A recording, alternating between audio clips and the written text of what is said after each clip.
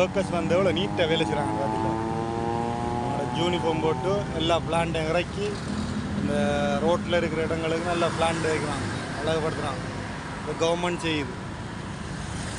Thailand government வந்து மன்னனும் அரசியும் அரசனும் அந்த அரசனும் அரசியும் அவங்களோட இது முன்னுக்கு இருக்குது.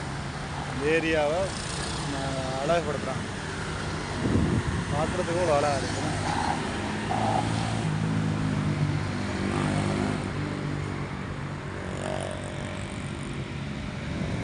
கொடி போடுறது